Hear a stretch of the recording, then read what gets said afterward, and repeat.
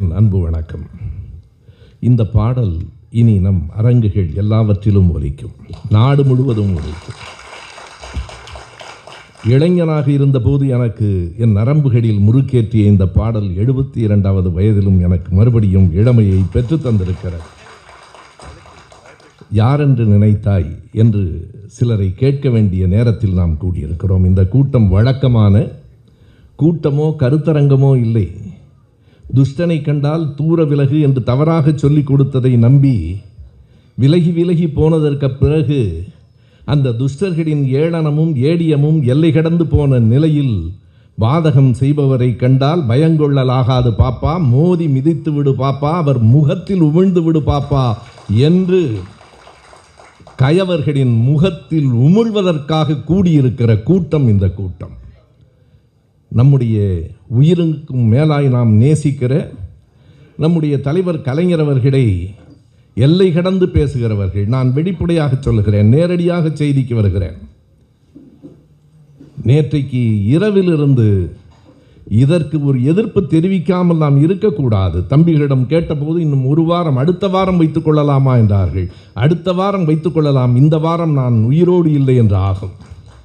இப்போதே இன்றே நாளைக்கு இரவே இதை பேசியாக வேண்டும் என்று நீங்கள் நம்புவீர்களோ இல்லையோ, இரவு 10:30 மணிக்கு அன்பகத்துக்கு தொடர்பு கொண்டு அரங்கம் இருக்கிறதா என்று கேட்டேன். இருக்கிறது என்றார்கள், பதிவு செய்யுங்கள். 11 மணிக்கு முரசொலி ஆசிரியர் சேது அவர்களுக்கு பேசினேன். இந்த செய்தி நாளை காலையிலே முரசொலியிலே வர வேண்டும், சொல்லுங்கள் என்றார். காலையில் முரசொலியில் வந்தது. 24 மணி நேரத்திற்குள் எதிர்வினை ஆற்றி இருக்கிறோம். அந்த கயவர்களை பார்த்து சொல்லுகிறேன், உனக்கு கை தட்டுவதற்கு உன்னை சுற்றி 100 பேர் இருக்கலாம், கலைஞருக்காக உயிரையும் கொடுப்பதற்கு கோடி பேர் இந்த நாட்டில் இருக்கிறோம். யாரை பற்றி யார் பேசுவது? கலைஞரை பற்றி பேசுவதற்கு என்ன தகுதி இருக்கிறது உனக்கு? எத்தனை தொகுதிகளில் போட்டியிட்டால் என்ன? ஒரு தொகுதியில் கூட டெபாசிட் வாங்குவதற்கு துப்பில்லாத நீ 5 முறை முதலமைச்சராக இருந்த தலைவர் கலைஞரை பற்றி பேசுகிறாய். நாங்கள் எச்சரிக்கிறோம், கண்ட நாய்களெல்லாம் கலைஞரை பற்றி பேசுவதற்கு இனி இந்த நாடு அனுமதிக்காது. எதிர்த்த குரல் எழுந்து ஒலிக்க வேண்டும். கலைஞர் இன்னமும் சாகவில்லை என்பது அந்த கயவர்களுக்கு புரிய வேண்டும். எனவே கலைஞரை பற்றி பேசினால் என் தந்தையை பற்றி, நம் உறவுகளை பற்றி, நம்மை பற்றி இழிவாக பேசுவது. கடைசியாக என்ன சொல்கிறார்கள்? இது நாங்கள் எழுதிய பாட்டு இல்லை. சண்டாளன் என்றால் என்ன என்றே தெரியாது. இவர்களுக்கு வாயில் விரல் வைத்தால் கடிக்க தெரியாது. சண்டாளன் என்றால் என்ன என்று உனக்கு தெரியாதா? நண்பர்களே, இதுவரையில் நான் நீ அவன் என்று யாரையும் பேசியதில்லை. பேச வைத்திருக்கிறார்கள். உதிரிப்பூக்கள் என்று ஒரு படம் உண்டு. அந்த படத்தின் கடைசி காட்சி இப்படி அமையும். அந்த வில்லன் அவனை எல்லோரும், அந்த கிராமமே சேர்ந்து கடலை, ஒரு ஆற்றை நோக்கி அழைத்து கொண்டு போகும். அந்த வில்லனுக்கு நீச்சல் தெரியாது. போ, ஆற்றுக்குள் போ என்று சொல்லுகிற போது அவன் கடைசியாய் ஒரு வரி சொல்லுவான், நான் எத்தனையோ கெடுதல்களை இந்த ஊருக்கு செய்திருக்கிறேன், எல்லாவற்றிலும் மிகப்பெரிய கெடுதல் என்ன தெரியுமா? இந்த ஊரில் நான் மட்டுமே கெட்டவனாக இருந்தேன், இன்றைக்கு இத்தனை கெட்டவர்களை உருவாக்கிவிட்டு போகிறேன் என்கிறான். என்னையும் மேடையில் நீ நான் என்று பேச வைத்த அந்த நாய்களுக்கு கடுமையாய் நம்முடைய கவனத்தை, கண்டனத்தை தெரிவிப்பதற்காக கூடியிருக்கிறோம். என்ன சொல்லுகிறார்கள் எங்களுக்கு தெரியாது. ஏன் தெரியாது? சண்டாளன் என்ற சொல்லை பயன்படுத்தியதற்காக மன்னிப்பு கேட்ட ஒரு நிகழ்ச்சி உண்டா இல்லையா? இதே சீமான் எழுதியிருக்கிற திரைப்படத்தின் கதை வசனத்தில் எனக்கு பொருள் தெரியாது என்று சொல்லி நீங்கள் வெளியில் வந்தீர்கள். இப்போதும் கேட்கிறேன், மிகப்பெரிய வீரர்கள் என்கிறீர்களே, பிறகு ஏன் வருத்தம் தெரிவித்து மன்னிப்பு கடிதம் எழுதி கொடுத்து விட்டு, இன்னமும் நான் வெளிப்படையாக சொல்லுகிறேன், கோபித்துக் கொள்ளாதீர்கள், என் ஆண் உறுப்பில் பல பழுது ஏற்பட்டு விட்டது, எனவே எனக்கு ஜாமீன் வேண்டும் என்று சொன்னவன் தானே வெளியே வந்து சாட்டை சவுக்கென்று பேசுகிறாய். அதுதானே உண்மை. நான் பேசவில்லை. யாரோ எழுதிய பாட்டு, யாரோ இசையமைத்தது. எங்களுக்கும் அதற்கும் தொடர்பில்லை. உனக்கு தொடர்பில்லை என்றால் ஏன் பேசுகிறாய்? நீ எழுதவில்லை என்றால் எந்த கடிசடையாக இருந்தாலும் மேடையில் நீ பேசுவாயா? அதிலும் இந்த மாவீரர் கேட்கிறார், நீங்கள் வெறும் பிள்ளை பூச்சியை பிடித்து விட்டீர்கள். தேள் பாம்பிடம் வருவீர்களா? நீ தேள்தான் பாம்புதான் என்று எங்களுக்கு தெரியும். தேளையும் பாம்பையும் ஒடுக்க வேண்டிய நேரம் வந்துவிட்டது என்பதும் எங்களுக்கு தெரியும். புலி சிங்கம் என்று வேறு தன்னை சொல்லிக் கொள்ளுகிறார். புலிக்கும் சிங்கத்துக்கும் இவர் பேசுவது புரிந்தால் கடித்து குதறிவிடும். யாரை பார்த்து யாரோடு ஒப்பிடுகிறாய் என்கிற கோபம் வரும். நான் இப்போது சொல்லுகிறேன், இந்த மேடையில் சொல்லுகிறேன், என்னை கைது செய்து பார், என் மீது வழக்கு போட்டு பார் என்று சவால் விடுத்த சீமானுக்கு இந்த மேடையில் இன்னொரு சவாலை நான் இப்போது வெளியே சொல்லுகிறேன். என் கையிலே இருக்கிற அந்த கைபேசியிலே இருக்கிறது, உங்கள் எல்லோர் கைபேசியிலும் இருக்கும். விஜயலட்சுமி என்று ஒரு பெண், இதுவரையில் நான் பேசியதில்லை. என்னை கேட்டபோது கூட அது அவருடைய சொந்த செய்தி, நான் அரசியல் மட்டுமே பேசுவேன் என்று சொன்னேன். அரசியலை தாண்டி பேச வேண்டிய கட்டாயம் வந்திருக்கிறது. விஜயலட்சுமி பேசுகிறார். என்ன பேசுகிறார்? தொடங்கும் போதே எப்படி பேசுகிறார்? டேய் மானங்கட்ட சீமான், டே தொடப்பக்கட்ட இருக்கிறது, நான் சொல்லவில்லை. டே தொடப்பக்கட்ட, நான் கேட்கிற கேள்வி இதுதான், ஏன் நீ வழக்கு போடவில்லை? தைரியம் இருந்தால் வழக்கு போடு. இப்போது நான் சொல்லுகிறேன், எங்களை பார்த்து தைரியம் இருந்தால் கைது செய் என்றாய் அல்லவா? தைரியம் இருந்தால் விஜயலட்சுமியின் மீது நீ வழக்கு போடு. இல்லை, உனக்கு விஜயலட்சுமியின் மீது பெயரை கேட்டாலே பயம் என்றால் என் மீது வழக்கு போடு. நான் அதே வரியை மறுபடியும் இந்த மேடையிலே சொல்லி இருக்கிறேன், என் மீது வழக்கு போடு, சந்திக்கலாம். நான் சொல்லி இருக்கிற அந்த வார்த்தைகள் எல்லாம் அந்த காணொளியில் இருக்கிற சொற்களிலேயே கண்ணியமான சொற்கள் அவைதான்.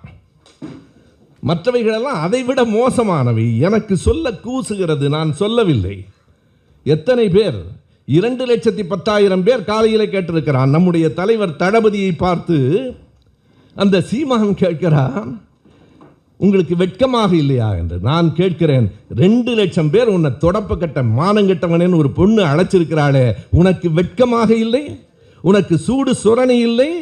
நீ ஒரு மானநட்ட வழக்கு போட்டாயா? போட முடியாது. அது மானம் உள்ளவர்கள் மட்டும்தான் அப்படி ஒரு வழக்கு போட முடியும். சீமானால் போட முடியாது. குறைந்தபட்சம் குற்றவியல் வழக்காவது நீ தொடுத்திருக்கிறாயா? விஜயலட்சுமியின் மீது நீ வழக்கு போடவில்லை. நான் மேடையில் பேசுகிறேன், என் மீது வழக்கு போடு, நான் நீதிமன்றத்துக்கு வருகிறேன், உன்னை போல பயந்து நான் உங்கள் அப்படி சொல்லவில்லை, எனக்கு பொருள் தெரியாது என்று ஓடுகிற கோழைகள் அல்ல நாங்கள், கலைஞரின் பிள்ளைகள். நிற்போம், நீதிமன்றத்தில் சொல்லுவேன். நான் சொன்னேன், உண்மைதான். ஆனால் அதை சொன்னது விஜயலட்சுமி என்கிற பெண். அந்த பெண்ணினுடைய ஒலிநாடா என்னிடத்திலே இருக்கிறது என்று நீதிமன்றத்தில் எடுத்து காட்டுவேன். நீ ஏன் அந்த பெண் அப்படி சொன்னாள் என்று சொல். அந்த பெண் சொல்லுகிறார், எனக்கு 50,000 ரூபாய் கொடுத்தார்கள். ஏன் கொடுத்தாய்? உனக்கு தொடர்பில்லை என்றால் எதற்காக 50,000 கொடுத்தாய்? அதுவும் சாட்டை முருகன் என்னிடம் கொண்டு வந்து கொடுத்தார். சாட்டை முருகன் என்ன தொழில் செய்கிறார் என்று எனக்கு புரியவில்லையே. சாட்டை முருகன் கொண்டு வந்து கொடுத்தார் என்றால் அதற்கு என்ன பொருள்? நண்பர்களே, இவர்கள் என்ன செய்து வைத்திருக்கிறார்கள் என்றால், இவர்களை பற்றி பேசினால் நாளைக்கு சாணத்தையும் மலத்தையும் எடுத்து நம் மீது வீசுவார்கள். ஏனென்றால் அதை தவிர அவர்களிடம் வேறு எதுவும் இல்லை. ஆபாச சொற்களை தவிர வேறு எதுவும் இல்லை. அப்படி ஒரு உளவியல் தாக்கத்தை உருவாக்கி இருக்கிறார்கள். யாராவது எங்களை பற்றி பேசினால் நாங்கள் சாக்கடையை எடுத்து வீசுவோம். எங்கள் ஐயா பெரியார் மீதும் கலைஞர் மீதும் வீசாத சாக்கடையா இனி புதிதாக வீசிவிடப் போகிறீர்கள்? நேற்றைக்கு கலைஞரின் உரையை நம்முடைய தோழர் நெல்லை பாபு அங்கே இருந்து அனுப்பியிருந்தார். அத்தனை பேருக்கு நான் பகிர்ந்தேன். கலைஞர் சொல்கிறார், ஏசியே பேசி பேசியே என் குடும்பத்தை, என் பிள்ளைகளை இழிவுபடுத்துகிறவர்கள் நாடெங்கும் இருக்கிறார்கள். அதனால் என்ன? ஒரு மரம் இருக்கிறது என்றால் மரத்தை நோக்கி சாணத்தை வீசினால், மரத்தை நோக்கி மலத்தை வீசினால் அந்த மரம் அதை உரமாக எடுத்துக்கொண்டு வளர்வதைப் போல நானும் வளர்வேன் என்று சொன்ன தலைவன் எங்கள் தலைவன். எனக்கு தெரியும், நாளை காலையிலிருந்து நான் தான் அவர்களுக்கு பொருள். இங்கே இருக்கிற அத்தனை காணொளிகளும் அவர்கள் வேறொன்றும் இல்லை. நான் பேசிக் கொண்டிருக்கிற போதே கலைஞர் தொலைக்காட்சியில் நேரலையில் போய்கொண்டிருக்கிறது. நல்லது, கேளுங்கள். இன்னமும் எத்தனை இழி சொற்கள் அவர்களிடம் இருப்பு இருக்கிறது என்பது நாளைக்கு தெரிந்துவிடும். எத்தனை நாள் திட்டுவீர்கள்? நான் துணிந்துதான் வந்திருக்கிறேன். உங்களினுடைய ஆபாச சொற்களை எதிர்கொள்ள முடியும். ஆபாச சொற்களை மட்டுமல்ல, வன்முறையில் இறங்குகிற ஒரு லும்பன் கூட்டம் அது. எனக்கு தெரியும். உன் வன்முறையை, உன் ஆபாச சொற்களை சந்திப்பதற்காகவே வந்திருக்கிறேன். திமுகவை ஒழிக்காமல் நான் ஓயமாட்டேன் என்கிறாய். உன்னை ஒழிக்காமல் நாங்கள் ஒரு நாளும் ஓயமாட்டோம். இது எங்கள் வேலை, இது எங்கள் பணி, இது நாங்கள் எங்கள் தலைவருக்கு காட்டுகிற நன்றி உணர்ச்சி. நான் வருகிறேன். நாம் மட்டுமல்ல, இந்த நாட்டுக்கு அவர் செய்திருக்கிற செயல்களை நாம் பதிவு செய்ய வேண்டும். கலைஞர் என்ன செய்தார் என்று கேட்கிறாயே, அப்படி கேட்பதற்கு கூட ஒரு தகுதி வேண்டுமே. அந்த தகுதி உண்டா உனக்கு? யாரையாவது மேடையில் எப்போதாவது கண்ணியமாக பேசியிருக்கிறாயா?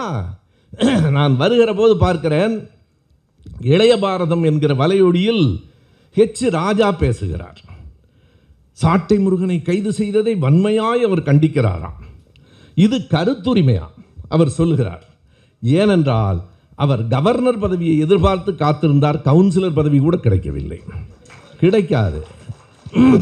நான் சொல்லுகிற போது காரைக்குடியிலே அண்ணன் தென்னவன் தான் சொன்னார், பாவம் அவரை கவுன்சிலராகவாவது ஆக்கியிருக்கலாம் என்றேன்.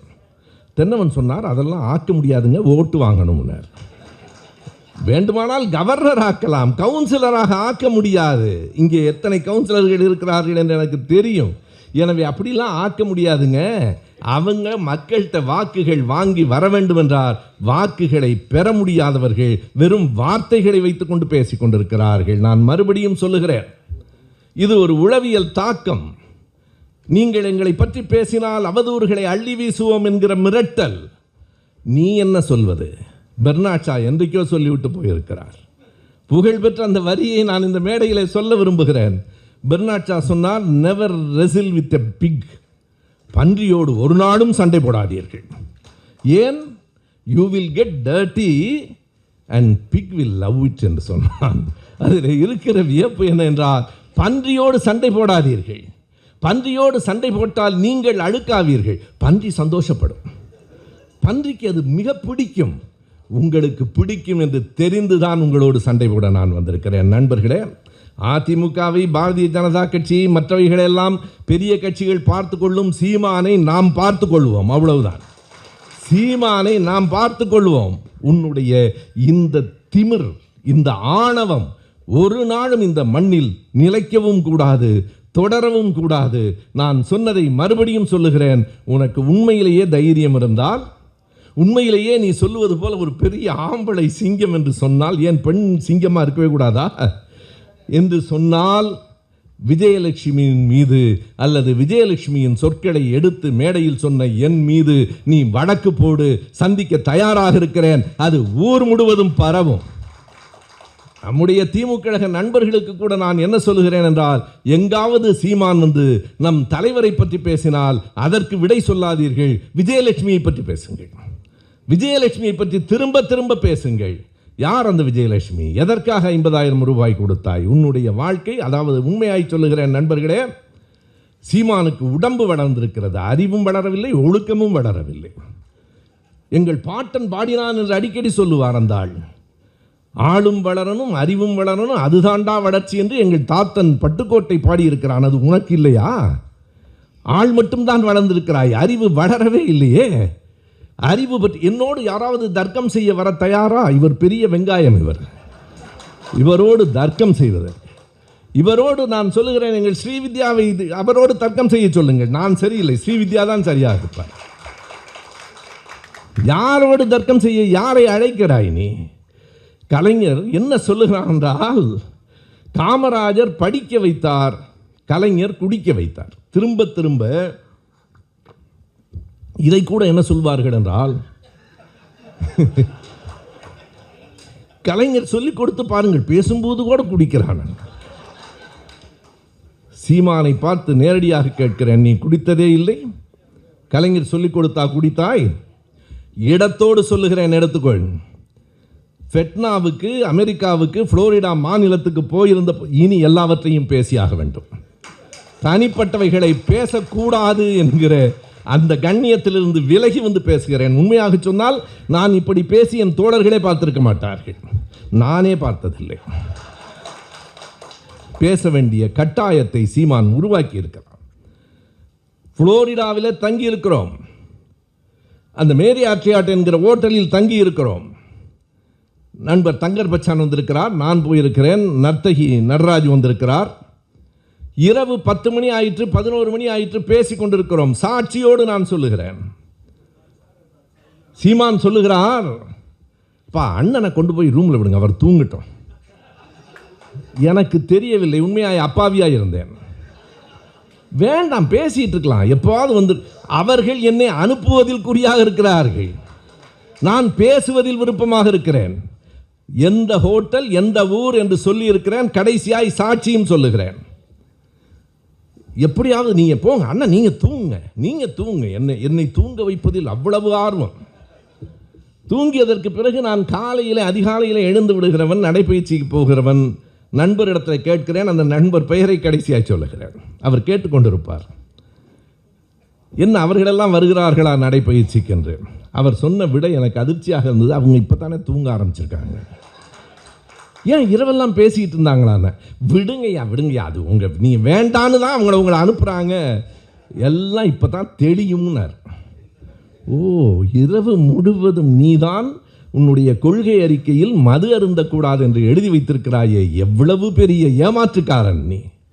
ஒரு நாளும், அதுவும் அடுத்த நாள் யார் சாட்சி என்றால் அவருடைய பெயர் வாஷிங்டன் சிவா. இல்லை என்று சொல்லுங்கள், நான் பெயரோடு தான். ஏனென்றால் ஏன் நான் அவர் பெயரை சொல்லுகிறேன் என்றால், அவர் சீமானை பார்த்து பயப்படுகிறவர் இல்லை. வாஷிங்டன் சிவா அதற்கு சாட்சி. அவர்தான் என்னை அடுத்த நாள் காலையில் வந்து எழுப்பியவர்.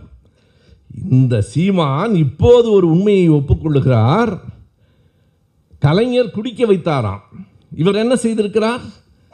காலையில் எழுந்து 2 மொந்தை கல்லை, நானும் எங்கள் அண்ணன் எங்கேயா இருக்கான், ரவி அதோ இருக்கு, அவன் அண்ணனை வேற, அந்த அண்ணன் வேற ஏன்டா இவனோட பிறந்தோம்னு. காலையில் எழுந்து 2 மொந்தை கல்லை குடிச்சிட்டு கல்லூரிக்கு போய் வருகை பதிவை கொடுத்துட்டு திரும்ப வந்து சினிமா பார்த்துட்டு புரோட்டா சாப்பிட்டு வீட்டுக்கு போவோம். எப்படி அறிவு வளரும் உனக்கு? ஏன் அறிவு வளரலன்னு இப்போ புரியுதா? நான் கள்ளும் குடித்ததில்லை, மதுவும் குடித்ததில்லை. கலைஞர் உன்னை குடிக்க வைக்கவில்லை, நீ குடித்தாய். கலைஞரா பொறுப்பு? திரும்ப இப்போது கூட நான் பெரியாதிடலில் பேசினேன். கொட்டு மழையில் ராஜாஜி வந்து கலைஞரை கேட்டுக்கொண்டார். இல்லை, ராஜாஜி வந்தபோது மழை கொட்டியது, அவ்வளவுதான். மாற்றி சொல்லாதே. மது கூடாது என்று அவர் சொன்னார். கலைஞர் என்ன குறிப்பிட்டார் என்றால், விரைவில் நான் மூடிவிடுவேன் என்றார். சொன்னதை செய்தவர் கலைஞர். மறுபடியும் உங்கள் எம்ஜிஆர் தானே திறந்தார். நான் யாரோடும் கூட்டணி சேர மாட்டேன், நான் தனியாகத்தான் இருப்பேன். இப்போது ஏன் எல்லோரிடத்திலும் கையேந்துகிறாய்? அதிமுக ஓட்டு எனக்குத்தான் வரும், தேமுதிக ஓட்டு எனக்குத்தான் வரும். நீ என்ன பேசினாய் எடப்பாடியை பற்றி? கலைஞரை பற்றி மட்டும்தான் பேசியிருக்கிறாயா? எடப்பாடியை பற்றி என்ன பேசினார் என்பது எடப்பாடிக்கு நினைவூட்ட வேண்டும். ஏனென்றால் எடப்பாடி இது கருத்துரிமை என்கிறார். எடப்பாடியை பற்றி சீமான் சொன்ன வரி, எடப்பாடி என்றால் என்ன பொருள்? இடையில் வந்த பாடி என்று பொருள். பெயரை இப்படி பிரித்தால் நான் கேட்கிறேன், சீமான் என்றால் என்ன பொருள்? சீமான் என்று பொருளா என்று கேட்கிறேன். பிரிக்கலாமா? எடப்பாடி என்றால் இடையில் வந்த பாடி என்றால் சீமான் என்பதை பிரித்து பொருள் சொல். கேப்டன் என்கிறார்களே, அவர் கபடி டீமுக்கு கூட கேப்டனாக இருந்ததில்லை. சொன்னாயா இல்லையா? இப்போது அந்த அம்மையாரை பார்த்து, நீங்கள் விஜயகாந்த் கேப்டனுக்காக நான் ஓட்டு கேட்டிருக்கிறேன், நீங்கள் எனக்கு வாருங்கள். எதற்காக? நீதான் கூட்டணி சேருவதில்லையே, தம்பி விஜய் முடிவு செய்யட்டும், காத்திருக்கிறேன். ஏன் காத்திருக்கிறாய்? நீதான் யாரோடும் கூட்டணி சேர மாட்டாயே, எதற்காக காத்திருக்கிறாய் என்றால், அப்படியாவது டெபாசிட் வருமா என்று பார்க்கிறாய். அதுதானே.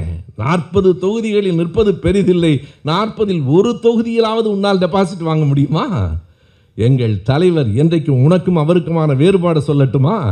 இதுவரைக்கும் நீ தேர்தலில் வென்றதே இல்லை, இதுவரைக்கும் அவர் தேர்தலில் தோற்றதே இல்லை.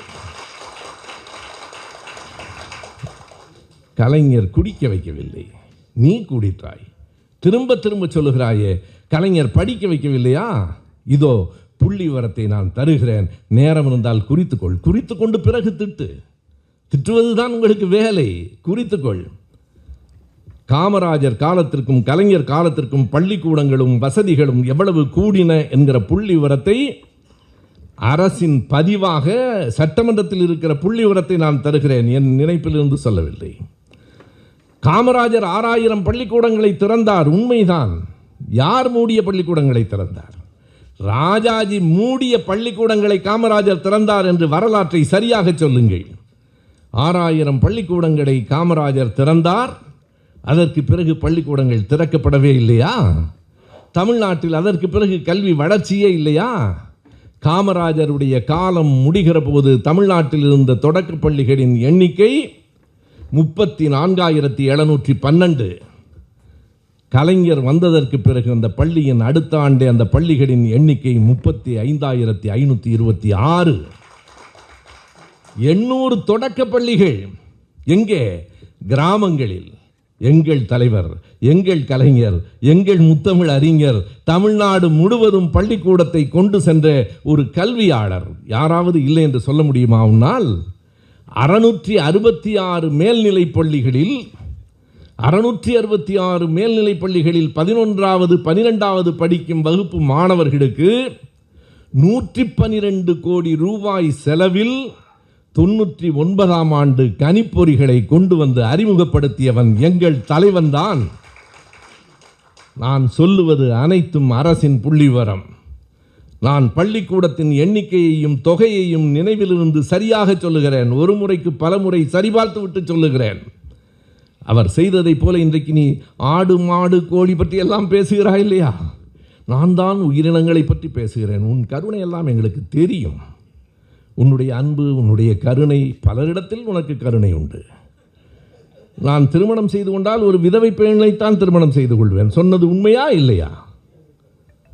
ஏன் அப்படி சொன்னார் என்பதை இப்போது திருச்சி சூர்யா, அவர் பாரதிய ஜனதா கட்சியில் இருக்கிறார், நம்முடைய மதிப்பிற்குரிய நண்பர் சிவாவின் மகன், அது வேறு. சூர்யாவுக்கு தான் பல செய்திகள் தெரிந்திருக்கின்றன, நமக்கு தெரியாது. சூர்யா சொல்லுகிறார், ஏன் விதவை பெண்ணை திருமணம் செய்து கொள்வேன் என்று எனக்கு தெரியாது. பொறுப்பு சூர்யா. ஏன் நான் விதவை பெண்ணை தான் திருமணம் செய்து கொள்வேன் என்று சொன்னால், புதுக்கோட்டை முத்துக்குமார் தெரியும் தானே?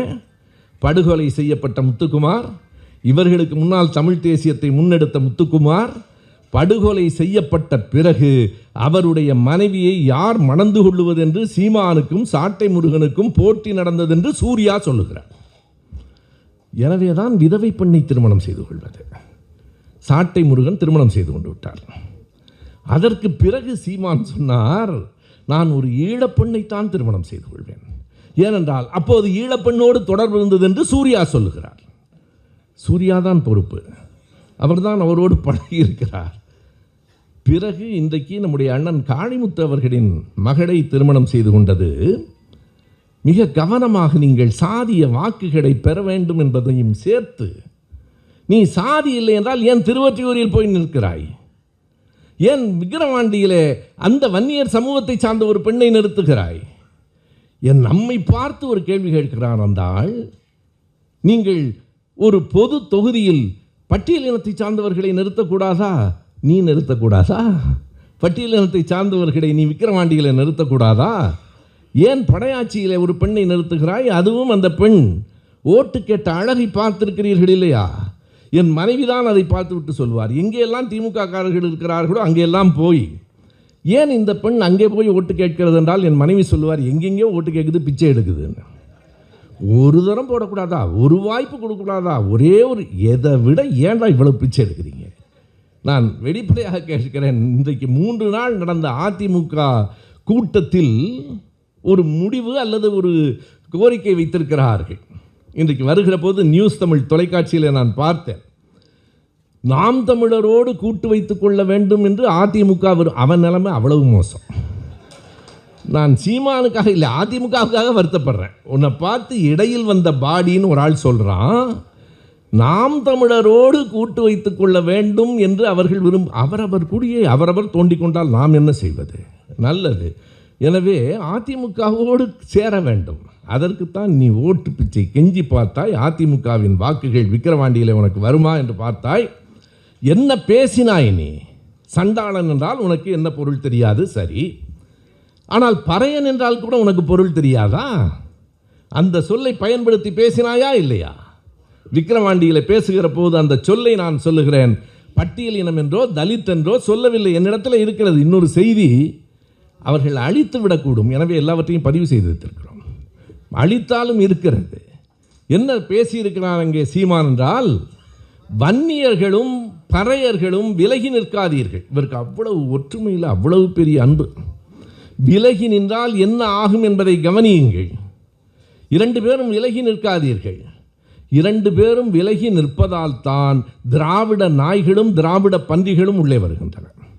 நான் ஏன் கண்ட நாய்கள் கலைஞரை பற்றி பேசுகின்றன என்று முதலில் சொன்னேன் தெரியுமா? திராவிட நாய் என்று சொல்லுகிற அந்த நாயை இனி நாம் நாய் என்று தான் சொல்ல வேண்டும். நண்பர்களே, நான் தமிழ் படித்திருக்கிறேன். அகிரிணையை உயர்திணையாய் சொன்னால் அது இலக்கண பிழை. எனவே அதை அது என்று தான் சொல்ல வேண்டும். திராவிட நாய்களும் திராவிட பன்றிகளும் உள்ளே நுழைந்துவிடும். வன்னியர்களும் பறையர்களும், படையாட்சிகளும் பறையர்களும். படையாட்சி என்று சொல்ல தெரிகிறது இல்லையா உனக்கு? ஏன் பட்டியலின மக்கள் என்று சொல்லக்கூடாது? பறையர்கள் என்று சொல்லி இருக்கிறாயே, இதற்காகவே ஒரு வழக்கு தொடுக்க வேண்டும். கரூர் வழக்கறிஞர் ராஜேந்திரன் இப்போதுதான் கொடுத்திருக்கிறார். மாவட்ட கண்காணிப்பாளரிடத்திலே பறையன் என்று திரும்ப திரும்ப சொல்லுகிறான், சாதியை பற்றி குறிப்பிடுகிறான், கைது செய்ய வேண்டும் என்று நான் தான் சொன்னேன். கைது செய்யாதீர்கள். அவனை கைது செய்வதா? அவன் விரும்புவதே அதைத்தான். என்னை கைது செய்து பார், கைது செய்து பார் என்று எதற்காக சொல்லுகிறான்? கைது செய்தால் தியாகியாகி விடலாம் என்று பார்க்கிறான். நீ புலிகளை பற்றி இவ்வளவு பேசுகிறாயே, நான் பொடாவிலே சிறையிலே இருந்தபோது பார்ப்பதற்கு கூட வருவதற்கு உனக்கு துணிச்சல் இல்லையே. பார்த்தால் கூட பிடித்து விடுவார்களோ என்கிற அவ்வளவு தைரியசாலி, அவ்வளவு சிங்கம், அவ்வளவு புலி அது. எனவே நீ புலியிடம் எப்போது போனாய்? போர் முடிந்த பிறகு போனாய். ஆபத்தில்லை என்ற பிறகு உன் கோபத்துக்கு பஞ்சம் இல்லை. அதானே உண்மை. அதுவும் நீ போய் என்ன செய்தாய்? நான் கேட்கிறேன், இன்னொன்று சொல்கிறேன். நாங்கள் பிரபாகரனின் வளர்ப்பு, புலிகளின் பிள்ளைகள். எப்போது வளர்ந்தாய்? எப்போது உன்னை வளர்த்தார்கள்? உன்னை போய் அவர்கள் வளர்த்தார்களா என்ன? அவர்களுக்கு பிறகு நீ அவர்கள் பணத்தை வாங்கி வளர்ந்தாய், அது எனக்கு தெரியும். அது வேறு. இல்லை என்று சொல். ஈழ மக்களிடம் காசு வாங்கவில்லை என்று சொல். நாங்கள் இதோ ராஜன் இருக்கிறார், உமாபதி இருக்கிறார். ஈழ மக்களுக்காக உழைத்தவர்கள் நாங்கள். ஈழ மக்களை வைத்து பிழைத்தவன் நீ. இரண்டுக்கும் வேறுபாடு இருக்கிறது. தனிப்பட்ட நண்பர்களிடம் சொல்லியிருக்கிறேன், உமாகிட்ட பேசும்போது சொல்லியிருக்கிறேன், மேடையில் சொல்லுகிறேன். என் அப்பா மிகவும் கவலைக்கிடமாக இருந்த நேரத்தில், அன்றைக்கு இரவு நான் ஊரில் இல்லை. இரவு 11 மணி 12 மணிக்கு தொலைபேசுகிற போது என் அண்ணன் கேட்டார். இப்போது வருகிற போது கூட ஒரு செய்தி சொன்னேன். அண்ணனை பற்றி சொல்வதால் சொல்ல வேண்டும். என் சின்ன அண்ணன், பெரியவர் அல்ல. இந்த சுவாமிநாதன்களே இப்படித்தான் இருப்பார்களா என்று ஒருவர் கேட்டார். நீதிபதி, எனக்கும் சாமிநாதனை திட்ட வேண்டும் என்று தோன்றுகிறது, ஆனால் முடியவில்லை. ஏனென்றால் என் அண்ணன் பெயர் வேறு சாமிநாதன் என்று சொன்னேன். அவர் கேட்டார், எங்கே போயிட்டடா? அப்பாவுக்கு முடியல, உன்னை கேட்கிறாரான்னு கேட்டார். நான் எங்கே போனேன் என்று சொல்லவில்லை. உயிருக்கு போராடி கொண்டிருந்த ஈழ போராளிகளுக்கு மருந்தை கொடுப்பதற்காக போனேன். நன்றியோடு நான் பதிவு செய்கிறேன், நடிகர் மன்சூர் அலிகான் கூட அதற்கு தேவையான சில மருந்துகளை வாங்கி கொடுத்தார். திருச்செங்கோட்டில் இருக்கிற டாக்டர் பட பாலகிருஷ்ணன், மதிமுகவை சேர்ந்தவர், நம்முடைய தேவநேயன், கோபிச்செட்டிப்பாளையத்தைச் சேர்ந்த தேவநேயர். எதற்காக நான் இந்த பெயர்களை சொல்கிறேன் என்றால், பதிவாக வேண்டும். உண்மையாக உழைத்தவர்களின் பெயர்கள் வரலாற்றில் இடம்பெற வேண்டும். சீமானுக்கு என்ன நடந்ததென்றே அப்போது தெரியாது. நான் சொல்லுவது 1997. நாளைக்கு காலையில் நான் வந்து விடுகிறேன் என்று அண்ணனிடத்தில் சொன்னேன். காலையில் மருத்துவமனைக்கு போனேன். அப்பாவை பிணமாகத்தான் பார்த்தேன். உண்மை. என் நெஞ்சிலிருந்தும் மனசிலிருந்தும் வருகிற ஒரு துடி பொய்யும் கலவாத உண்மை. அதனால்தான் நண்பர்களே, நான் சுபவீர பாண்டியனாக பேராசிரியராக இருந்த அந்த நிலையில் திராவிட இயக்க தமிழர் பேரவையின் தலைவனாக பேசவில்லை. கடைசி வரைக்கும் கழகத்தின் தொண்டனாக இருந்த காரைக்குடி ராமசுப்பையாவின் பிள்ளையாய் பேசுகிறேன். என் அப்பாவுக்கு நான் செய்கிற காணிக்கை. என் அப்பா இருந்தால் கேட்பார், கலைஞரை பற்றி ஒருவன் பேசுகிற போது நீ பார்த்து கொண்டிருந்தால் நீ என் பிள்ளையாடா என்று கேட்பார். இல்லை, நான் உங்கள் பிள்ளைதான். அதனால்தான் என்னால் நேற்று இரவு தூங்க முடியவில்லை. சொல்ல வேண்டும், திருப்பி சொல்ல வேண்டும், உண்மைகளை போட்டு உடைக்க வேண்டும். இவர்கள் எதிர்த்து பேசுவார்கள் என்பதை பற்றி எனக்கு கவலை இல்லை நண்பர்களே. எங்கள் தலைவனே உன்னுடைய சாணத்தையும் மலத்தையும் உரமாய் எடுத்துக்கொண்டு வளர்ந்தவன் என்று சொன்னார். கலைஞரை போல கவிஞர் வைரமுத்து எழுதியிருப்பாரே, உன் தோளில் விழுந்த மாலைகள் எத்தனை, உன் முதுகில் பாய்ந்த கத்திகள் எத்தனை. அவரை விடவா ஒருத்தனுக்கு மீது அத்தனை அம்புகள் அத்தனை ஈட்டிகள் வந்து பாய்ந்திருக்கும். எல்லாவற்றையும் தாங்கிக் கொண்டு அவர் என்ன சொல்லுகிறார்? இப்போது கூட வருகிற போது காரிலே தம்பிகள் மணியிடத்திலும் பிறவினிடத்திலும் பேசி கொண்டு வந்தேன். ஒரு பேராசிரியர் நீலகண்டன் ஒரு காணொளியை திருநெல்வேலியில் இருந்து அனுப்பியிருக்கிறார். அந்த காணொளி என்ன சொல்கிறது தெரியுமா? நான் நினைக்கிறேன் அது முழுமையாக இல்லை, அது நீயா நானா பகுதியாக இருக்குமோ என்று கருதுகிறேன். ராஜா ஸ்ரீனிவாசன் என்கிற ஒரு பார்ப்பன பையன் பேசுகிற பேச்சு. அவன் சொல்லுகிறான், கலைஞர் எங்களுக்கு எவ்வளவோ உதவி செய்தார். நான் பிராமண வகுப்பை சேர்ந்தவர். முதல் தலைமுறைக்கு பண உதவி கொடுக்கிற போது விண்ணப்பிக்க வேண்டும் என்று நான் கேட்டேன். எங்கள் வீட்டில் சொன்னார்கள், அவர் பிராமணர்களுக்கெல்லாம் செய்ய மாட்டார் என்று சொன்னார்கள். இருந்தாலும் விண்ணப்பித்து பார்ப்போம் என்று விண்ணப்பித்தேன். எனக்கும் கிடைத்தது. எவ்வளவு தெரியுமா? அந்த பிள்ளை சொல்லுகிறான், 80,000 ரூபாய் எனக்கு கிடைத்தது. என் பெற்றோரும் என் உறவினரும் கூட எனக்கு அவ்வளவு தொகை கொடுத்ததில்லை. அதற்கு அடுத்த வரிதான் முக்கியமானது. ஆனால் அதற்கு பிறகும் எங்கள் வீட்டில் ஒரு வாக்கு கூட உதயசூரியனுக்கு விழுந்ததில்லை. அதற்கு பிறகும் ஒரு வாக்கு கூட உதயசூரியனுக்கு விழுந்ததில்லை.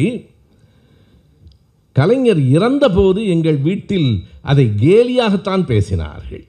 எனக்கு வலித்தது என்று அந்த பிள்ளை எழுதுகிறான். ஒரு மனிதன் அந்த குடும்பத்திலும் இருக்கிறான். அந்த குடும்பத்திலும் ஒரு மனிதன் இருக்கிறான், வேறொன்றும் அல்ல. நன்றி உணர்ச்சி. அதை பற்றி கலைஞர் சொல்லுகிற போது சொல்லுகிறார், ஆனந்த விகடனில் வந்த பேட்டியை இந்த தம்பி குறிப்பிடுகிறான். இத்தனை ஆண்டு காலம் நீங்கள் அரசியலில் இருக்கிறீர்களே, கற்றுக்கொண்ட பாடம் என்ன? கலைஞர் சொல்லுகிறார், நாம் ஆட்சியில் இருக்கிற போது மக்களுக்கு நன்மை செய்ய வேண்டும். ஆனால் அந்த நன்மையை பெற்றுக்கொண்டவர்கள் எல்லோரும் நன்றியோடு இருப்பார்கள் என்று சொல்ல முடியாது. ஆனாலும் நாம் தொடர்ந்து நன்மை செய்ய வேண்டும் என்பதைத்தான் கற்றுக்கொண்டேன் என்று சொல்லுகிற தலைவனையா நீ சதிகாரன் என்கிறாய்? அந்த தலைவனையா நீ சண்டாளன் என்கிறாய்? யார் சதிகாரன் என்பதை வரலாறு சொல்லும். நீ ஈழத்துக்கு என்ன செய்தாய்? நடிகர் ராஜகிரனை மேடைக்கு அழைத்து வருவோமா? அவர் வெளிப்படையாக சொன்னார், நாங்கள் எல்லோரும் ஒன்றாக சேர்ந்து தான் போனோம். 10 நிமிடம் ஒன்றாக இருந்தோம். அதற்கு இந்த பிள்ளை இவ்வளவு கதை சொல்லுகிறான். மொத்தமே 10 நிமிடம். என்ன கற்றுக்கொண்டாய் ஈழத்தில்? என்ன உணர்வை, என்ன உண்மையை கற்றுக்கொண்டாய்? அவரே ஒரு பேட்டியில் சீமான் சொல்கிற பெருமையை பாருங்க. இந்த 2 மொந்த கல் அடிச்சிட்டு புரோட்டா சாப்பிட்டு போன மாதிரி இது ஒரு கதை. நான் ஈழத்துக்கு போயிருந்த போது அண்ணன் என்பது அவர் பிரபாகரனை சொல்லுகிறார். அண்ணன், நான், நம்முடைய அந்த புலிகள் எல்லாரும் சேர்ந்து ஒரு சாப்பாட்டு போட்டி நடக்கும். அவர்களை எவ்வளவு கொச்சைப்படுத்துகிறார் பாருங்க. சாப்பாட்டு போட்டி நடக்கும். மற்றவர்களெல்லாம் தோற்று போயிடுவார்கள். நானும் அண்ணனும் தான் கடைசி வரைக்கும் தாக்கு பிடிப்போம். அதற்கு பிறகு நான் மறதியாக தட்டை தள்ளிவிட்டவுடன் நீ தோற்று போய்விட்டாய் என்று அண்ணன் சொன்னார். அவர் ஒரு விடுதலைக்காக படை நடத்தியவர், ஒரு மிலிட்ரி ஹோட்டல் முதலாளி மாதிரி ஆக்கிட்டேடா. பிரபாகரன் ஹோட்டல் முதலாளியாடா? கடைசியாக இவர் என்ன கேட்டாராம்? அண்ணன் கேட்டாராம், சரி நீங்கள் தாயகம் திரும்பும்போது உங்களுக்கு என்ன வேண்டும்னு கேட்டாராம். அவர் எதிர்பார்த்திருக்க மாட்டார் இப்படி ஒரு பதிலை. இந்த புத்திசாலி சொல்லியிருக்கிறார், இந்த சமயக்காரனை என்னோட அனுப்புங்க. எவ்வளவு அறிவாளி பாருங்க. இந்த மண்ணின் உணர்வு வேண்டும் என்று சொல்லவில்லை, இங்கே இருந்த ஆயுதம் வேண்டும் என்று சொல்லவில்லை, இந்த உங்களினுடைய உறுதி வேண்டும் என்று சொல்லவில்லை. இந்த சமையல் செய்கிறவனை கூட அனுப்புறியான்னு கேட்கிறவனை நம்பி ஒரு 100 பேர் கைதட்டுறானே, இவன் தான் ஈழத்துக்காக உழைக்கிறவன் என்று நினைக்கிறானே. நான் சீமானுக்காக வருத்தப்படவில்லை, அந்த பிள்ளைகளுக்காக வருத்தப்படுகிறேன்.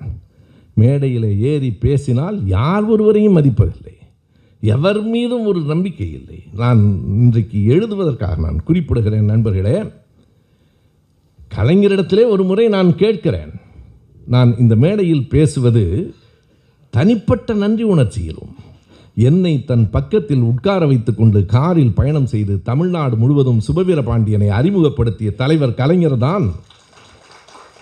அவர் பக்கத்தில் இருந்ததால் அறிவு பெற்றேன், அவர் பக்கத்தில் இருந்ததால் அறிமுகம் பெற்றேன்.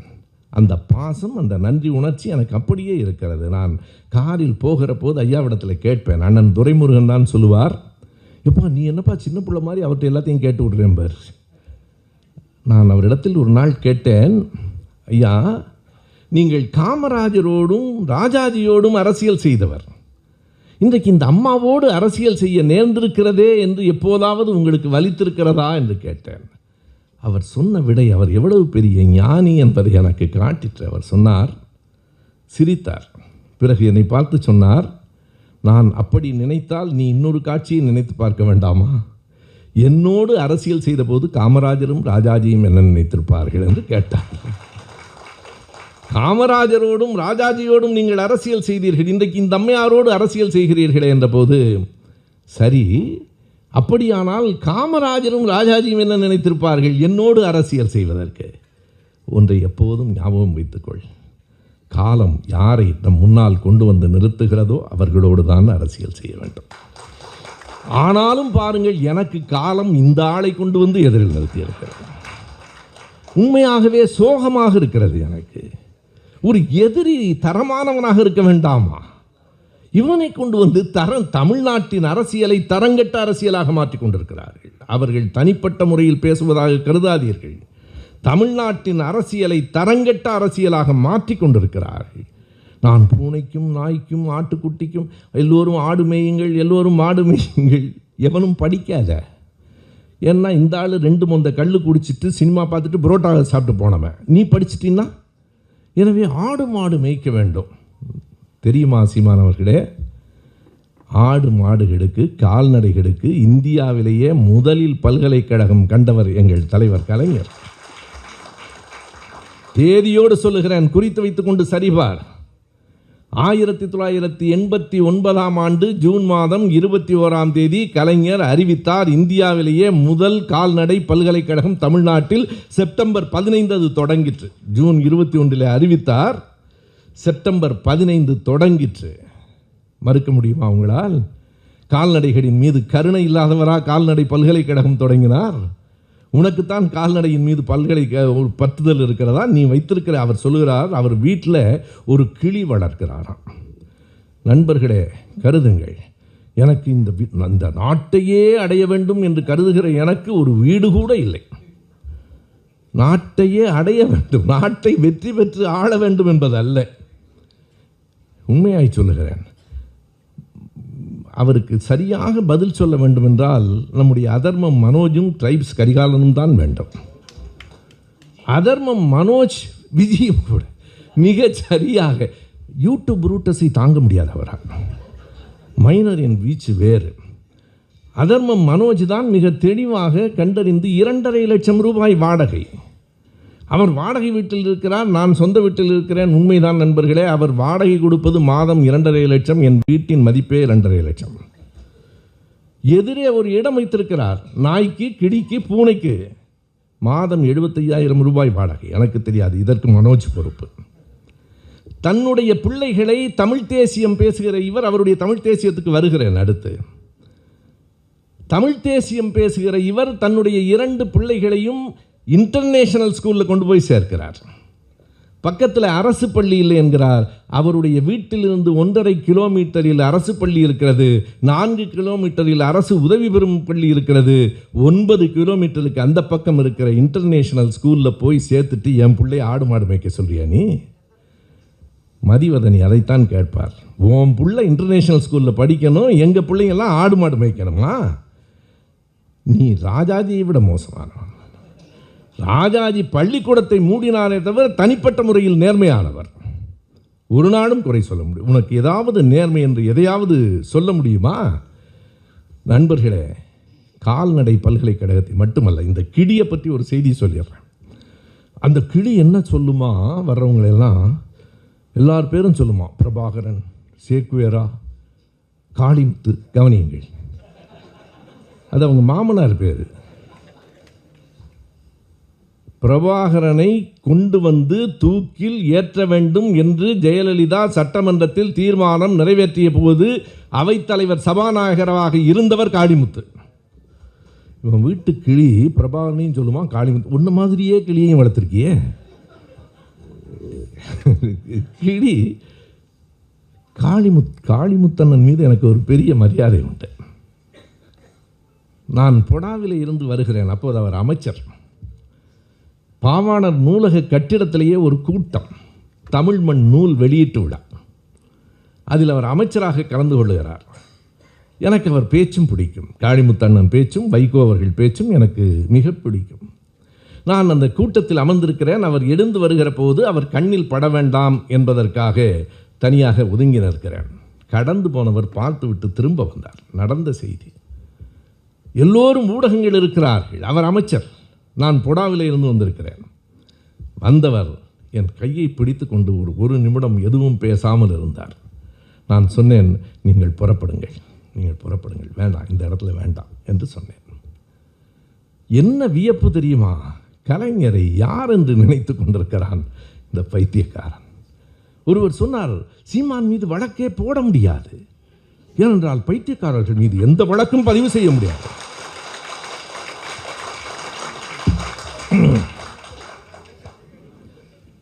கலைஞர் எவ்வளவு பெரிய நுண் அறிவு உடையவர் என்பதற்காக சொல்லுகிறேன். 2 நிகழ்ச்சிகளை நான் பதிவு செய்ய வேண்டும்.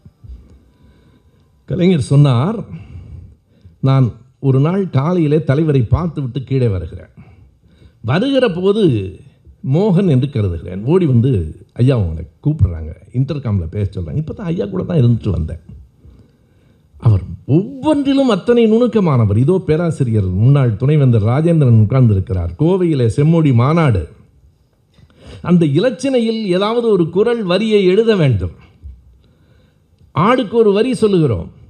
அறிவுடையார் எல்லாம் உடையார். எல்லாவற்றையும் கேட்டுக்கொண்டு அவர் சொன்னார், இல்லை இல்லை, பிறப்புக்கும் எல்லா உயிர்க்கும் என்பதை எழுது என்றார். அப்போது பேராசிரியர் ராஜேந்திரன் தான் சொன்னார், அதை உங்கள் கையாலேயே எழுதுங்கள் என்று. அவருக்கு நினைவிருக்கும் என்று கருதுகிறேன். கோபாலபுரத்தில் ஒவ்வொன்றையும் நுட்பமாக பார்க்கிறவர். நான் கீழே இப்போதானே ஐயாவோட பேசிவிட்டு வந்தேன் என்று மறுபடியும், ஐயா கூப்பிட்டீங்களா? ஒன்றும் இல்லை, முறை சொல்லி பார்த்துட்டியா? அவர்கிட்ட இருக்க பெரிய சிக்கல்.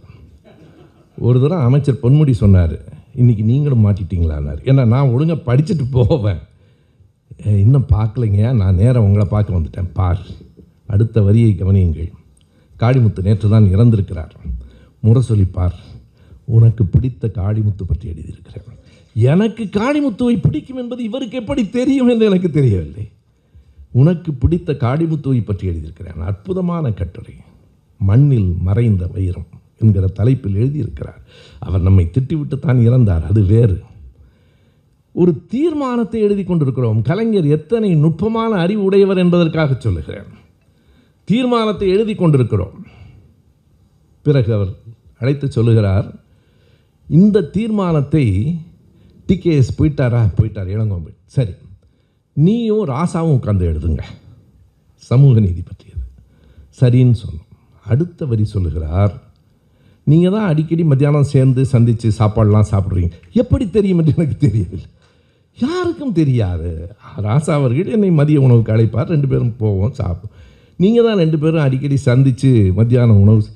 இவர் சக்கர நாற்காலியில் உட்கார்ந்து கொண்டு உலகத்தை சுற்றி வந்த ஒரு மாமேதை.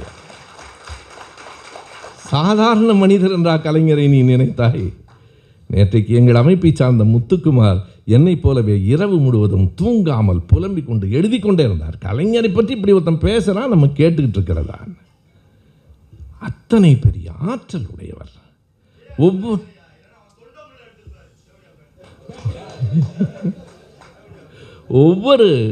ஒவ்வொரு முறையும் ஒவ்வொன்றிலும் அத்தனை நுட்பம். கால்நடை பல்கலைக்கழகத்தை இந்தியாவிலேயே தொடக்கினார் என்று சொன்னேன் இல்லையா? குறித்துக் கொள்ளுங்கள். 1974 ஜனவரி 1ஆம் தேதி இந்தியாவிலேயே வேறு எங்கும் இல்லை. அரசு ஊழியர்களுக்கும் ஆசிரியர்களுக்கும் மத்திய அரசுக்கு இணையான படி உயர்வை கொடுத்தவர் கலைஞர். இந்தியாவிலேயே முதல் முறை, வேற எங்கேயும் கிடையாது.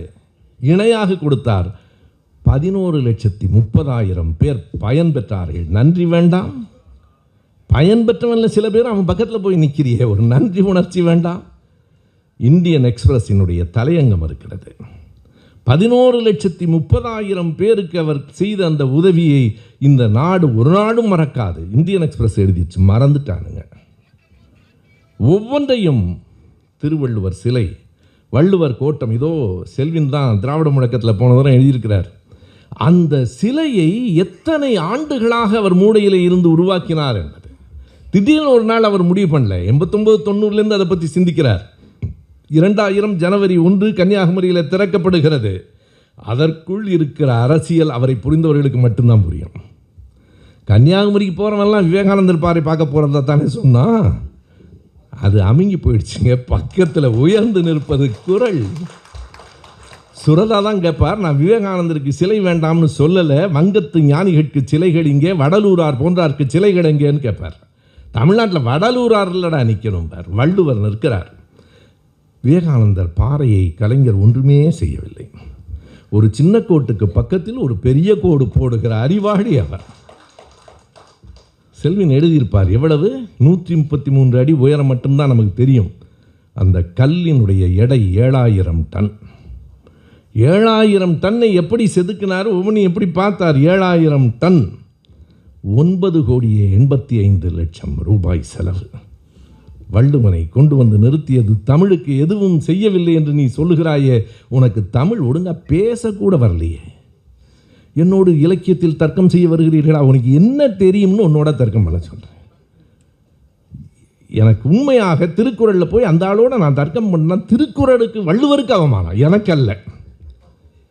எதையும் படிக்காமல் எதையும் சிந்திக்காமல் சென்னையில் இருக்கிற வள்ளுவர் கோட்டம் நண்பர்களே ஒவ்வொரு செங்கல்லாக பார்த்து கட்டியது. இந்த ஓமந்தூர் ராமசாமி ரெட்டியார் உடையது அந்த தலைமைச் செயலகமாக இருந்தது. மருத்துவமனை அந்த மாற்றிடுச்சு. அந்த அம்மாவுக்கு அவ்வளோதான். அதாவது ஒரு பேருந்து நிலையத்தை வேணாலும் பள்ளிக்கூடம் மாற்றுவோன்னா, ஒவ்வொன்றுக்கும் ஒரு கட்டமைப்பு உண்டு. கலைஞர் பார்த்து பார்த்து செய்தார். வள்ளுவர் கோட்டத்தை ஒவ்வொரு செங்கலாக உருவாக்கினார். என்ன ஆயிற்று? கடைசியாக தேதியும் குறிக்கப்பட்டது. 1976 பிப்ரவரி 22, 23 ஆகிய நாள்களில் வள்ளுவர் கோட்டம் திறப்பதென்று முடிவு செய்ததற்கு பிறகு ஜனவரி 31 ஆட்சியை கலைத்து விட்டார்கள். 31 ஆட்சியை கலைத்ததற்கு பிறகு 76 ஏப்ரலில் அந்த திறப்பு விழா ஒரு அரசாங்க அதிகாரியை நடத்தினார்கள். மீண்டும் 89 ஆட்சிக்கு வந்ததற்கு பின்னால் மீண்டும் கலைஞர் அந்த வள்ளுவர் கோட்டத்துக்கு போனார். போகிற போது சொன்னார், ஒரு தாய் 13 ஆண்டுகளுக்கு பிறகு தன் குழந்தையை பார்ப்பது போல இருந்தது என்றார். தமிழர்களுக்கு என்ன செய்தாய் என்று கேட்கிறாயே, என்ன செய்யவில்லை கலைஞர்? எத்தனை தமிழ் அறிஞர்களின் நூல்களை நாட்டுடைமையாக்கினார். அத்தனை பேரும் திமுக காரரா? சாமி சிதம்பரனாரின் நூல்களை நாட்டுடைமை ஆக்கினார் என்றால் அவர் சுயமரியாதைக்காரர். சாமி சிதம்பரனார் நூல்களை மட்டுமில்லை நண்பர்களே, சாமிநாத சர்மா நூல்களையும் கலைஞர் தான் நாட்டுடைமை ஆக்கினார். ஏனென்றால் சாமிநாத சர்மா அத்தனை பெரிய அறிஞன். சாமிநாத சர்மா இல்லை என்றால் நமக்கு பல தலைவர்களை பற்றி தெரியாது. இவன் சேக்குவேராவை பற்றியெல்லாம் பேசும்போது எனக்கு உண்மையாகவே சேக்குவேராவின் மீது கவலையாக இருக்கிறது. தாடி வைத்தவனெல்லாம் சேக்குவேராவா? எங்களுக்கு சேக்குவேராவின் தாடிக்கும் பிச்சைக்காரன் தாடிக்கும் கூடவா வித்தியாசம் தெரியாது நண்பர்களே. அதை தடவிக்கொண்டு சேக்குவேராவை பற்றி சிந்திக்கிறாராம். என்ன நடிப்பு இது நண்பர்களே! ஒவ்வொன்றையும் நீங்கள் எண்ணி பாருங்கள். அத்தனை பேருடைய எழுத்துகளையும், புரட்சி கவிஞரின் கவிதைகள், கவிஞர் முடியரசன் கவிதைகள் மட்டுமல்ல, காங்கிரஸ் கட்சியில் இந்த நாமக்கல் கவிஞர் கவிதைகளையும் நாட்டுடைமை ஆக்கியவர் கலைஞர் தான். கவிமணி தேசிய விநாயகம் பிள்ளையினுடைய கவிதைகளை நாட்டுடைமை ஆக்கியவர் கவிஞர் தான். மறைமலை அடிகளாரின் எழுத்துக்களை மொத்தமாக எடுத்துக்கொண்டு 30 லட்சம் ரூபாயை அந்த குடும்பத்துக்கு கொடுத்தவர் தலைவர் கலைஞர் தான். ஒவ்வொன்றையும் நீங்கள் எண்ணி பாருங்கள். திருவிக்காவின் நூல்களை நாட்டுடைமை ஆக்கியது கலைஞர் தான். ஜீவாவின் நூல்களை நாட்டுடைமை ஆக்கியது கலைஞர் தான். நான் வேகமாய் சொல்லுவதால் ஏதோ நினைவுக்கு வருகிற பெயர்களை சொல்லவில்லை.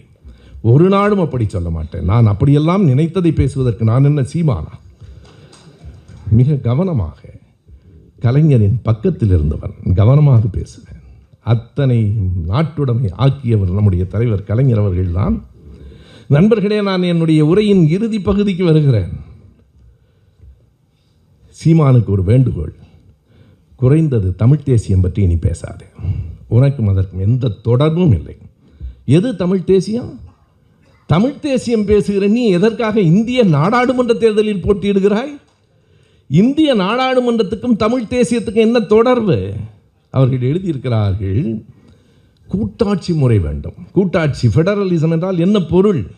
என்னோடு தர்க்கம் பண்ண வருகிறாயா என்கிறாய். நான் இப்போது கேட்கிறேன், நீ தர்க்கம் பண்ணுவதற்கு தயாராக இருந்தால் விடை சொல். ஃபெடரலிசம் என்றால் என்ன பொருள்? பல தனித்தனி நாடுகள் ஒருங்கிணைந்து தங்களுக்குள் ஒப்பந்தம் ஏற்படுத்தி கொண்டு, என்ன ஒப்பந்தம்? பிரிந்து போகும் உரிமையோடு சேருகிறோம் என்கிற ஒப்பந்தம், ரைட் டு செசேஷன் என்று பெயர். நாங்கள் வெட்டி கொள்ளும் உரிமையோடு ஒட்டி கொள்ளுகிறோம் என்று ஈவிகே சம்பத் சொன்னார். அதுதான் ஃபெடரலிசம். நீ நாடாளுமன்ற தேர்தலில் நிற்கிறாயே, தப்பித்தவறி வெற்றி ஒரு நாளும் வாய்ப்பில்லை. நீங்கள் அப்படியெல்லாம் தவறாக கருதி விடக்கூடாது. நான் முதல்வராகிவிட்டால் முதலில் டெபாசிட் வாங்கு, பிறகு ஒரு தொகுதியிலாவது வெற்றி பெறு, அதற்கு பிறகு முதல்வர் கனவெல்லாம். அதுவும் நான் முதல்வராகிவிட்டால் யாரும் என் எதிரில் நிற்க முடியாது. ஏன் பேய் பிசாசாக மாறிவிடுவாயா? முதல்வர் ஆனவுடனே எங்கள் தளபதிக்கு முன்னால் நேற்றைக்கு முன்தினம் நான் தற்செயலாக உமாபதியும் நானும் பார்க்கிறோம். பார்த்து பேசிவிட்டு 2 அடி முன்னே வைத்து போனவர் என்ன நினைத்தாரோ தெரியவில்லை. திரும்ப வந்து நான் போயிட்டு வரேன், என்கிட்ட சொல்லலையோன்னு நினச்சி. அத்தனை பணிவும் அத்தனை அடக்கமும் இத்தனை பெரிய செல்வாக்குக்கு இடையில் இருப்பதால் அவர்தானடா எங்கள் தலைவரின் பிள்ளை. கலைஞர் எங்களோடு தான் இருக்கிறார். பெயர் வேறு, உருவம் வேறு. எங்கள் தளபதி எங்களுக்கு தலைவர் தான். என்றைக்காவது அந்த பணிவில் 10,000-ல் ஒரு பகுதி உனக்கு வந்ததுண்டா? வந்து நிற்கிற போதே ஆணவம். எந்த பதவியும் வரவில்லை, ஆணவம் மட்டும் வந்து விட்டது பாருங்கள். பதவி வரும்போது பணிவு வர வேண்டும். பதவியே வராத போது ஆணவம் வருகிறதே. உலகத்திலேயே ஒரு பதவியும் இல்லாதவன் இவ்வளவு திமிரா இருந்து நான் பார்த்ததே இல்லை. எனக்கு இன்னமும் தாழ முடியாத வேதனை இருக்கிறது. இந்த பாவியை கொண்டு போய் நாம் மேடையில் வேறு ஏற்றி தொலைத்தோனே. அதை விட கொடுமை என்ன தெரியுமா? நான் இந்த மேடையில் மறுபடியும் சொல்லுகிறேன், நினைவிருக்கிறதா சீமான்? ஒரு நாளாவது தலைவரிடம் என்னை அழைத்து செல்லுங்கள் கேட்டது நினைவிருக்கிறதா? 2 முறை நான் தான் அழைத்து சென்றேன். திரும்ப வருகிற போது என்னிடத்தில் சொன்னது நினைவிருக்கிறதா? தலைவர் கேட்டார், எங்கே? இரவு பயணம் எல்லாம் வேண்டாம், கவனமாக இருங்க. நான் போகிறேன்னா கான்வாய் வருது. கலைஞர் சொல்கிறார், முன்னும் பின்னும் பாதுகாப்பு இருக்குது, நீங்கள்லாம் பாதுகாப்பாக போங்கன்னு அவ்வளவு தாயன்போடு சொன்னார் என்று சொன்னது நினைவிருக்கிறதா? அந்த தாயன்போடு சொன்ன மனிதரைத்தான் நீ சதிகாரன் என்கிறாய். அந்த மனிதனைத்தான் நீ சண்டாளன் என்கிறாய். காலம் உன்னை மன்னிக்காது, ஒரு நாள் மன்னிக்காது. நீதிமன்றத்திலிருந்து நீ வெளியே வரலாம், வரலாறு உங்களை விடுவிக்காது, ஒரு நாளும் விடுவிக்காது. இதற்கெல்லாம் பதில் சொல்லியே ஆக வேண்டும். தமிழ் தேசியம் என்றால் என்ன என்றே தெரியாமல் பேராசிரியர் ஜெயராமன் மிக அருமையாக ஒரு கட்டுரை எழுதியிருக்கிறார். நம்முடைய ராஜன் அவர்கள் இப்போது அதை புத்தகமாக ராஜனும் இக்லாசும் தொகுத்து கொண்டிருக்கிறார்கள். என்ன எழுதியிருக்கிறார்கள் என்றால், அவர்களினுடைய கொள்கை அறிக்கையில் குடியரசுத் தலைவர் முறை வேண்டும் என்று எழுதுகிறார்கள். பார்லிமெண்டரி டெமோக்ரஸி அல்ல, பிரசிடென்சியல் டெமோக்ரஸி கேட்கிறவனுக்கும் தமிழ் தேசியத்துக்கும் ஏதாவது தொடர்பு உண்டா? நீ அமெரிக்காவில் இருக்கிறது என்றால் ஒரே தேசிய இனம், ஒரே மொழி. நீ பல்வேறு தேசிய இனங்கள், பல்வேறு மொழிகள், பல்வேறு பண்பாடுகள், எப்படி இங்கே குடியரசுத் தலைவர் ஆட்சி முறை வர முடியும்? பிரசிடென்சியல் டெமோக்ரஸி என்பது சர்வாதிகாரத்தின் தொடக்கம். ஒரு நாடும் இந்தியாவுக்கு ஏற்று வராது. அங்கே சிங்களனும் தமிழனும் இருக்கிறான். ஆனால் ஸ்ரீலங்காவிலே அந்த குடியரசுத் தலைவர் ஆட்சி முறை இருக்கிறது என்றால் அவர்கள் தமிழரை ஒழிப்பதற்காக அதை வைத்திருக்கிறார்கள். நீ தமிழரை ஒழிக்க வேண்டும் என்று நினைக்கிறாயா? தமிழ் தேசியம் பேசியே தமிழரை ஒழிக்க வேண்டும் என்று கருதுகிறாயா? குடியரசுத் தலைவர் முறைக்கும் நீ பதவி ஏற்றால் என்ன சொல்லி பொறுப்பு ஏற்பாய்? இந்திய அரசமைப்பு சட்டத்தின் மீது ஆணையாக, இந்திய அரசமைப்பு சட்டம் உனக்கு ஃபெடரலிசம் கூட்டாட்சியை ஏற்றுக்கொள்ளுகிறதா? தனி நாட்டை ஏற்றுக்கொள்ளுகிறதா? திரும்ப மக்களை நீ ஏமாற்றுகிறாயே. தமிழ் தேசியம் என்றால் என்ன என்றே தெரியாத நீ ஏதோ அவர் தமிழ் தேசியத்தினுடைய வெற்றி வாகை வீரனை போலவும், நாமெல்லாம் திராவிடர்கள் தமிழுக்கு எதிர்ப்பு போலவும் 1000 முறை சொல்லி ஆயிற்று. நாங்கள் மொழியால் இனத்தால் தமிழர்கள், கருத்தியலால் திராவிடர்கள், திராவிடம் என்பது ஒரு கருத்தியல், திராவிடம் என்பது ஒரு கோட்பாடு. ஆரியத்துக்கு எதிர்ச்சொல்லே திராவிடம். ஆரியம் என்பது அடிமை கோட்பாடு, திராவிடம் என்பது விடுதலை கோட்பாடு.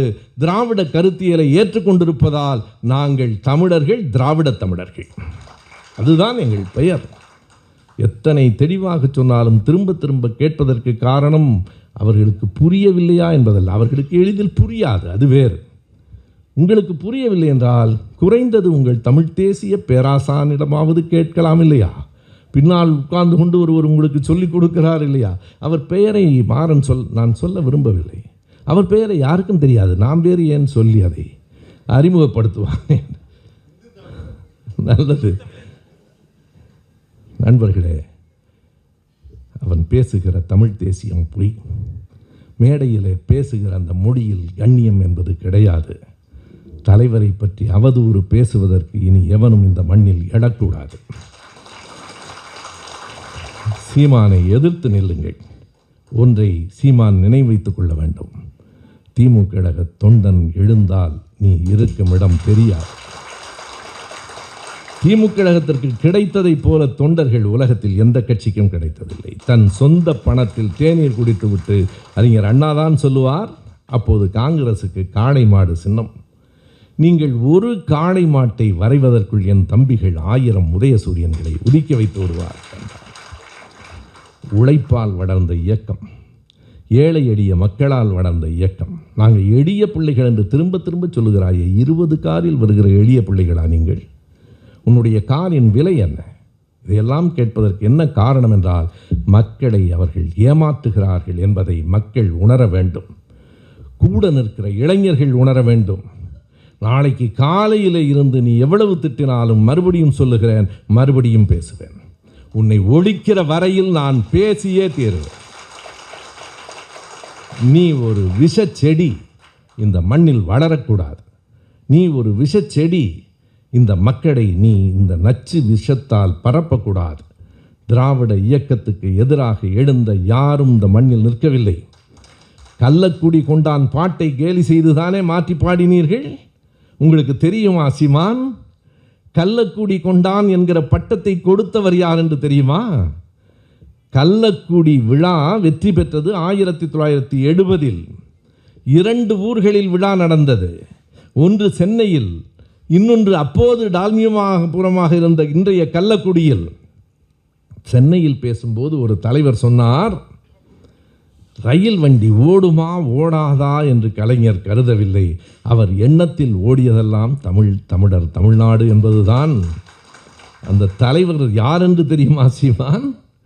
இப்போது கூட்டணி வைத்துக் கொள்ளலாமா என்று முயற்சி செய்கிறீர்களே, அதே அதிமுகவை நிறுவிய எம்ஜிஆரினுடைய வரியை சொல்லுகிறேன். எம்ஜிஆர் தான் சொன்னார், ரயில் ஓடுமா ஓடாதா என்கிற எண்ணம் கலைஞருக்கு இல்லை. அவர் நெஞ்சில் ஓடியதெல்லாம் தமிழர் தமிழ்நாடு என்கிற எண்ணம்தான். சரி, கள்ளக்குடி கொண்டான் பட்டம் கள்ளக்குடி விழாவிலே கொடுக்கப்பட்டது யாரால்? நீங்கள் தமிழ் தேசிய தலைவர் என்று இன்றைக்கு தோளில் தூக்கி வைத்துக் கொண்டு ஆடுகிறீர்களே, சிலம்பு செல்வர் மாப்போசிதான் கலைஞருக்கு அந்த பட்டத்தை கொடுத்தார். நான் சொல்லுவதெல்லாம் வரலாறு. என்ன ஒரு வேதனையாக இருக்கிறது என்றால், வரலாறும் தெரியாத, இலக்கியமும் தெரியாத, தத்துவமும் தெரியாதவர்களோடு நாம் போராடி கொண்டிருக்க வேண்டியிருக்கு.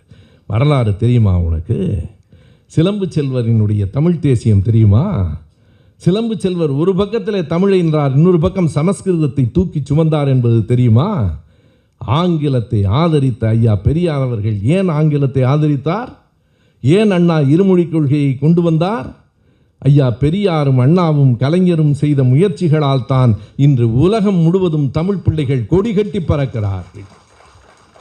வெறும் தமிழும் இந்தி திணிக்கப்பட்ட இந்தியுமாக இருந்திருந்தால் இந்த பிள்ளைகள் யாரும் உலகத்தில் போய் சேர்ந்திருக்க முடியாது. இன்றைக்கும் நான் கூறுகிறேன், உலகம் எங்கும் நம்முடைய பிள்ளைகள் கணிப்பொறியிலே வளர்ந்திருக்கிறார்கள் என்றால் 1999 அந்த பள்ளிகளுக்கு கணிப்பொறியை கொண்டு வந்து அறிமுகப்படுத்தியவர் கலைஞர் தான் என்கிற நன்றி உணர்ச்சியோடு, மிகவும் பிற்படுத்தப்பட்டோர் என்கிற உள் இடஒதுக்கீட்டை யார் கொண்டு வந்தார்கள்? 1989 கொண்டு வந்ததற்கு பிறகு எத்தனை பேர் பயன் பெற்றார்கள்?